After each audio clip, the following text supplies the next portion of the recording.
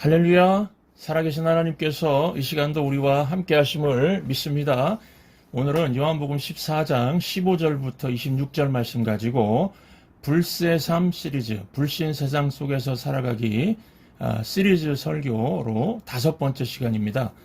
내 인생 최고 후원자 성령이란 제목으로 하나님 말씀 증거하도록 하겠습니다. 예수님께서는 십자가를 지시고 부활하신 후에 하늘나라로 가셨습니다. 떠나실 때 안심하고 제자들을 두고 가실 수 있었던 이유가 있으셨습니다. 그 이유가 무엇일까요? 성령입니다. 성령이 오시기 때문이었습니다. 우리도 마찬가지입니다. 예수님께서 성부 하나님 아버지 보좌 우편에서 우리를 위해서 기도하고 계시는데 이 땅에서 우리가 안심하고 살 수 있는 이유가 무엇입니까? 성령을 우리에게 보내주셨기 때문입니다. 그러면 여러분, 성령이 누구십니까? 하나님도 알고 예수님도 아는데 성령이 누구인지를 모르는 사람들이 있습니다. 오늘 요한복음 14장 16절 보시면 내가 아버지께 구하겠으니 그가 또 다른 보혜사를 너희에게 주사 영원토록 너희와 함께 있게 하리니 라고 말씀하고 있습니다. 성령을 보혜사라고 했습니다. 보혜사는 헬라어로 파라클레토스라고 합니다. 그 뜻은 옆에서 도와주시는 분이란 뜻입니다. 이 파라가 옆이라는 뜻입니다. 옆에서 도와주는 분이니까 성령을 위로자 또는 변호사라고 번역을 많이 합니다. 오늘 말씀에서 가장 주의 깊게 읽어야 하는 구절은 이 16절 오늘 말씀에서 이 또 다른 보혜사입니다. 또 다른 보혜사. 다르다는 단어는 헬라어로 두 가지 의미가 있는데 헤테로스라는 단어와 알로스라는 단어가 있습니다. 헤테로스는 성질과 본질이 다른 것을 말할 때 썼습니다. 영어로는 different죠. different. 예를 들면 사람은 동물과 다르다라고 할 때 헤테로스를 사용합니다. 사람은 결혼을 하지만 동물은 짝짓기를 하죠. 결혼은 인격적으로 서약하면서 하지만 짝짓기는 본능적으로 하죠. 그래서 짝짓기 시즌만 되면은 어디서 나타나는지 고양이들도요. 이야옹 이야옹 하면서 막 구애를 합니다. 그리고 짝짓기 딱 끝나면 나는 너를 모른다. 아주 모른 척하고 그냥 돌아다닙니다. 사람과 동물이 다르죠. 이게 헤테로스입니다. 그러면은 알로스는 언제 사용했을까요? 알로스는 성질과 본질이 같은 것을 표현할 때 썼습니다. 그러니까 영어로는 another라고 번역하죠. 예를 들면은 이 빵 맛있는데 또 다른 거 하나 더 주세요 라고 할 때 사용합니다. 오늘 본문에서 이 헤테로스가 아니라 알로스가 쓰였습니다. 또 다른 보혜사 알로스 파라클레토스. 그러니까 성령은 예수님과 본질상 능력상 같은 분인데 예수님과는 또 다른 분이 오신다는 뜻입니다. 여러분, 이 구절을 잘못 해석해서 기독교 2000년 역사 동안 수많은 이단들이 나왔습니다. 또 다른 보혜사가 바로 나다. 이렇게 주장하면서 수많은 이단들이 나왔습니다. 예를 들면 그 신천지의 이만희, 통일교회 문선명, 요즘 PD수첩에서 취재하는 그 JMS 정명석 등 이런 사람들이 다른 보혜사가 자기라는 주장하는 대표적인 사람들입니다. 미국에서도 다른 나라에서도 이런 유의 사람들이 있습니다. 이거는 억지 주장입니다. 요한복음을요, 원어 성경과 함께 공부해 보면은 이 또 다른 보혜사는 성령밖에 없습니다. 그래서 이 또 다른 보혜사를 자기라고 주장하는 사람들 보면은 이단이라고 보면 됩니다. 그러면은 이 보혜사 성령님은 하늘나라에서 이 땅에 오셔서 무슨 일을 하실까요? 3가지만 간단히 말씀드립니다. 첫 번째, 성령께서 하시는 일은 우리를 도와주는 일을 하십니다. 15절 보시면은 너희가 나를 사랑하면 나의 계명을 지키리라 이렇게 말씀하고 있습니다. 이 말씀 거꾸로 생각하면 어떻게 됩니까? 너희가 나를 사랑하지 않으면 나의 계명을 지킬 수 없다. 그러니까 예수님을 사랑할 수 있는지가 중요합니다. 예수님 사랑하는 마음이 없으면요, 억지로 할 수는 있어도 기쁨으로 교회 봉사하기 어렵습니다. 전도하러 가자고 하면요, 부담스럽습니다. 예수님 전하러 가자는 게 사랑하면은 쉽지만은 예수님 사랑이 없으면 당연히 부담이겠죠. 또 예수님 사랑하는 마음이 없으면 예수님이 피 흘려 사신 교회를 섬기는 것도 기쁨으로 감당하기 어렵습니다. 설거지하는 것도 또 뭐 청소하는 것도 이게 순서가 돼서 하긴 하지만은 기쁨으로 감당하기 어려울 것입니다. 그래서 사랑이 중요합니다. 여러분, 예수님을 사랑할 수 있게 도와주는 분이 성령이십니다. 예수님의 계명을 순종할 수 있도록 도와주시는 분도 성령이십니다. 성령은 연약하고 무지한 우리를 돕기 위해서 이 땅에 오셨습니다. 우리가 어떤 문제가 있을 때에요, 도와주는 사람이 있으면 얼마나 좋습니까? 작년에 12월 24일에 교회 보일러가 고장이 나서 이 작동이 안 됐을 때 정말 난감했습니다. 기온도 내려가서 춥고, 다음 날은 12월 25일 성탄절이고 주일이었습니다. 보일러가 고쳐지지 않으면 기쁨으로 맞이해야 할 성탄주일을 떨면서 보내야 할 처지였습니다. 그리고 이 12월 24일이 토요일이었습니다. 크리스마스 이브에다 토요일인지라 기술자를 부르는 것도 불가능했습니다. 부품을 구입하는 것도 쉽지 않았습니다. 이때 도와주신 분이 신요한 목사님입니다.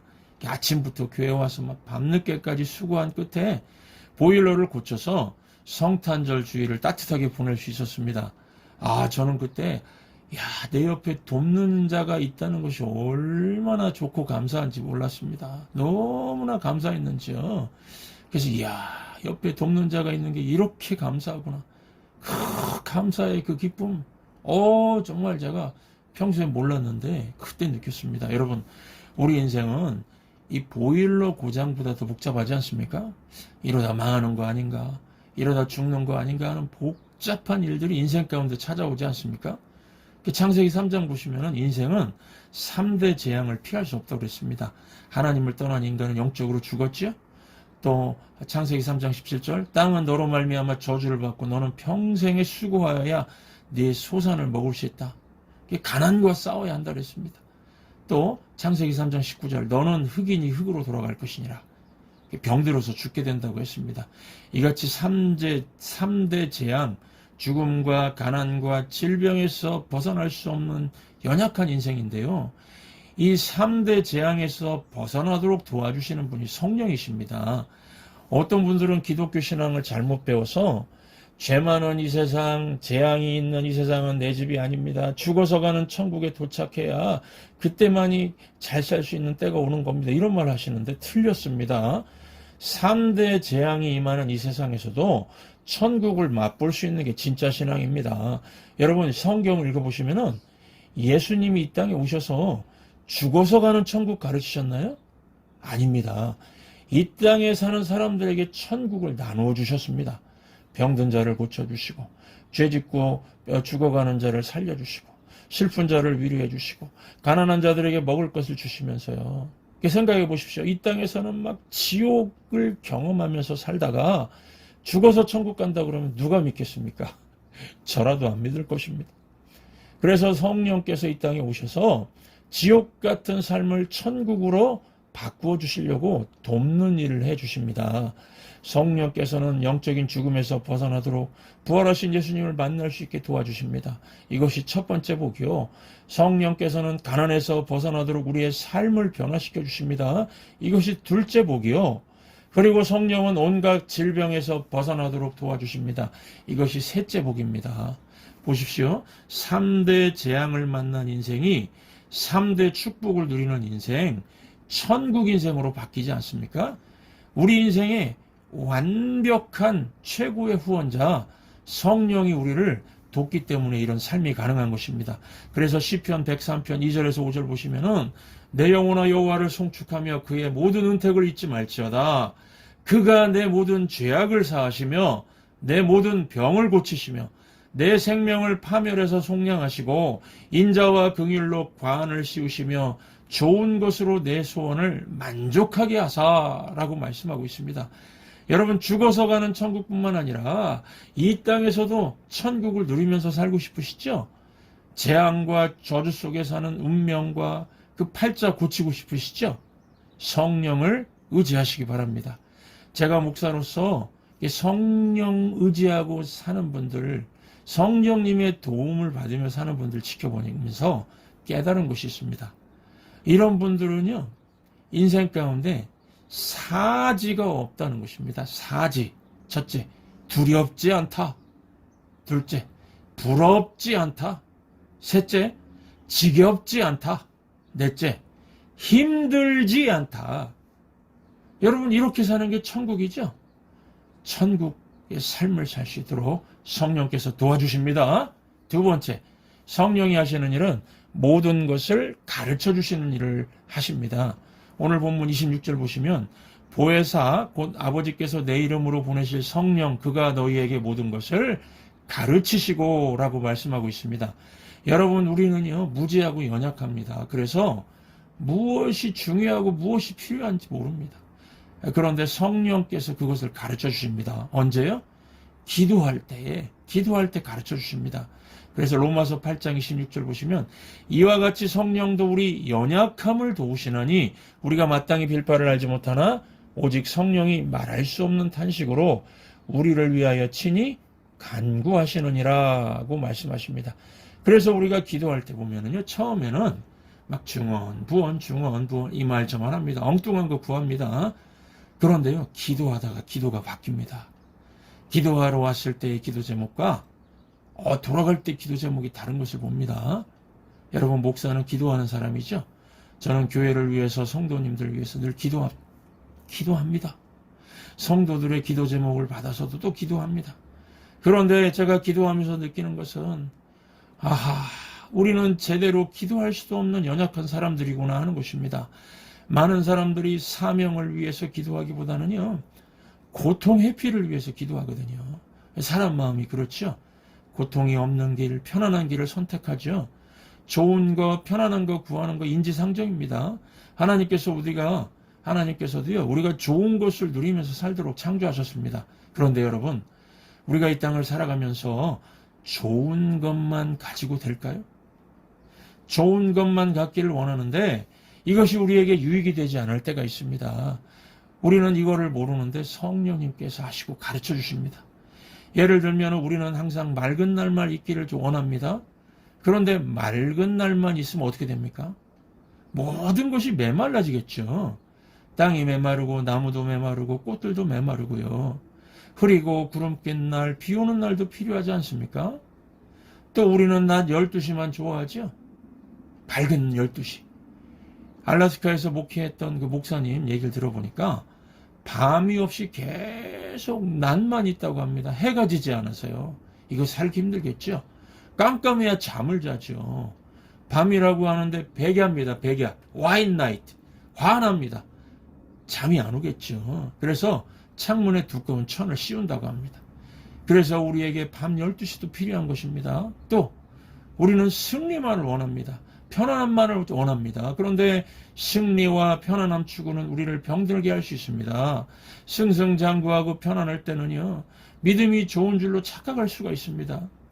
여러분, 제가 목사가 되기까지 고난이 더 많았을까요? 승리가 더 많았을까요?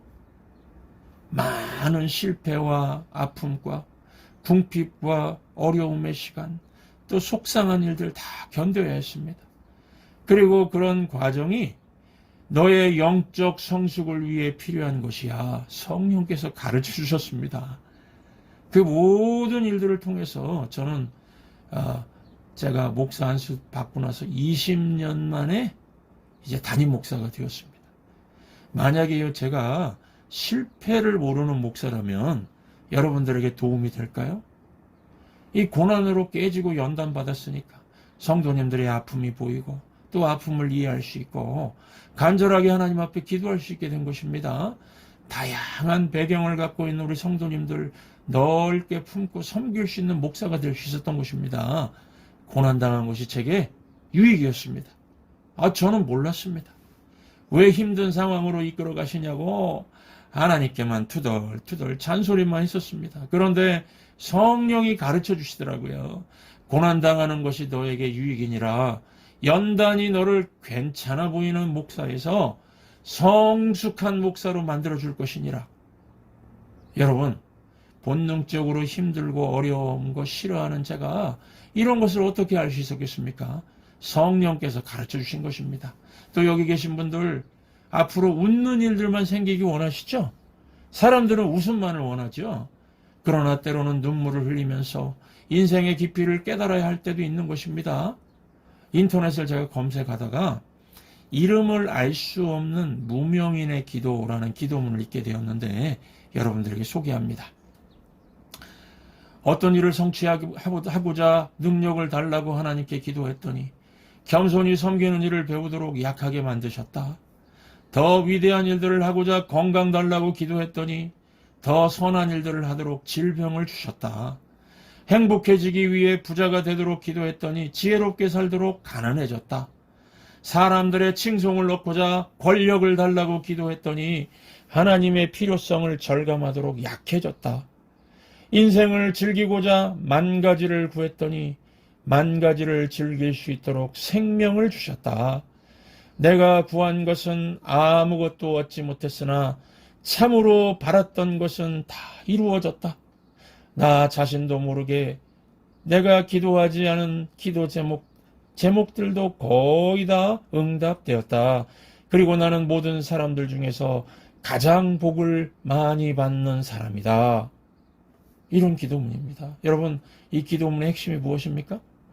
우리는 마땅히 빌 바를 알지 못할 정도로 연약한 존재라는 것입니다. 그런데 오직 성령이 가르쳐 주셔서 가장 복된 인생이 된다는 것입니다. 잊지 마십시오. 성령은 우리 인생 최고의 스승입니다. 성령이 스승 되셔서 진리를 가르쳐 주십니다. 여기 소금 싫어하는 분 계시죠? 그 밀가루 싫어하시는 분 계시죠? 또 설탕은 달다고 싫어하시죠? 혹시 베이킹 파우더만 숟가락으로 떠서 먹는 분 계십니까? 이 베이킹 파우더 많이 먹으면 합병증 생깁니다. 그런데 이 네 가지가 합해지면 뭐가 나올까요? 맛있는 쿠키가 나옵니다. 우리는 살다가 짠맛, 단맛, 몸이 건조한 맛 나는 순간들 싫으시죠? 그런데 이것들이 반죽이 되어서 성경적인 표현으로는요, 이것들이 모든 것이 합력해서 맛있는 쿠키가 나온다는 거 우리는 모릅니다. 그때 왜 어려움만 있냐고 불평하죠. 누가 이렇게 선한 열매를 만들어 주십니까? 보혜사 성령님. 그러므로 여러분들 모르면은 성령께 가르쳐 달라고 구하시기 바랍니다. 세 번째, 성령이 하시는 일은 우리로 하여금 생각나게 하십니다. 26절 하반절 보시면 보혜사 곧 아버지께서 내 이름으로 보내실 성령 그가 내가 너희에게 말한 모든 것을 생각나게 하시리라 이렇게 말씀하고 있습니다. 여러분 이제까지 설교 얼마나 많이 들었습니까? 적으면서 듣기도 하고 또 졸면서 듣기도 하고 라디오로 듣기도 하고 유튜브로 듣기도 하고요.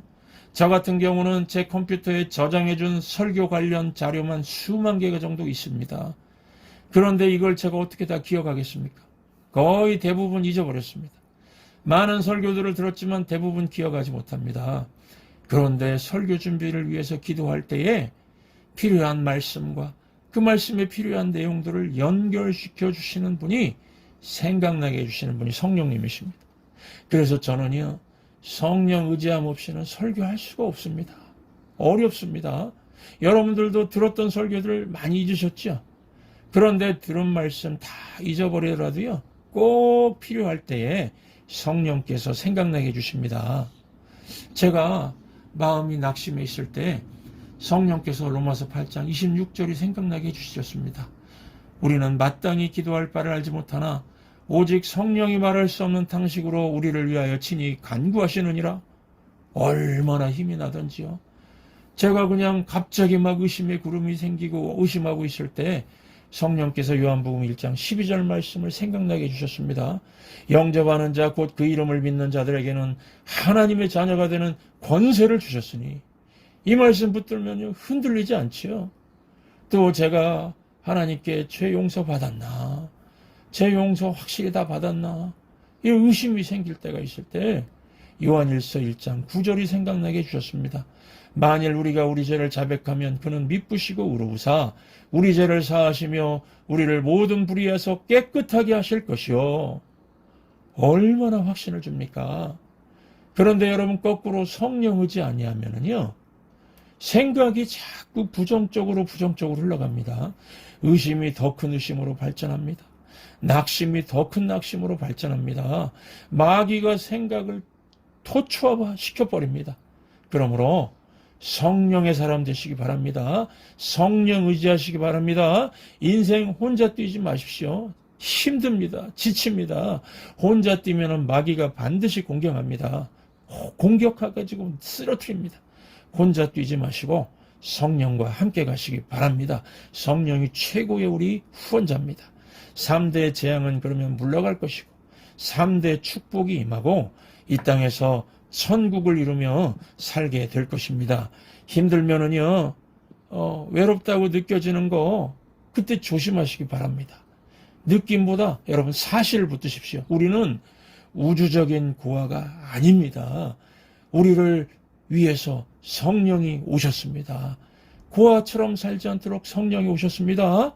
우리 이 말씀 붙들고 우리 일주일 동안 하나님의 자녀로 행복하게 사시기를 주의 이름으로 축원합니다.